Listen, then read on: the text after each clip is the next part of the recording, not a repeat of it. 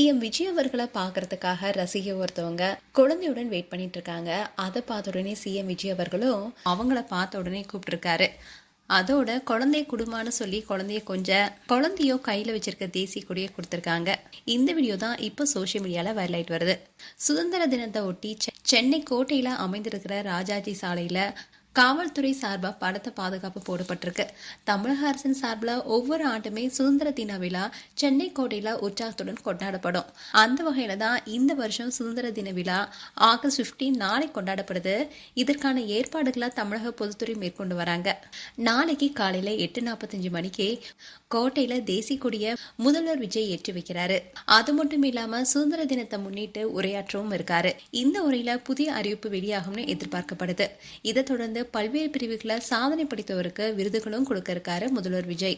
முதல்வர் விஜய் அவர்களும் சிஎம்மா பதவியேற்றதுக்கு அப்புறமா முதல் முறையா சுதந்திர தினத்தை முன்னிட்டு தேசிய கொடி ஏற்ற இருக்காரு. இதை பார்க்க மக்கள் ஆவலுடன் காத்திருக்காங்க. மேலும் இது போன்ற வீடியோஸை பார்க்க நியூஸ் தமிழ் கிட்ஸ் சப்ஸ்கிரைப் பண்ணுங்க. அண்ட் மறக்காம நோட்டிபிகேஷன் பட்டனை கிளிக் பண்ணுங்க.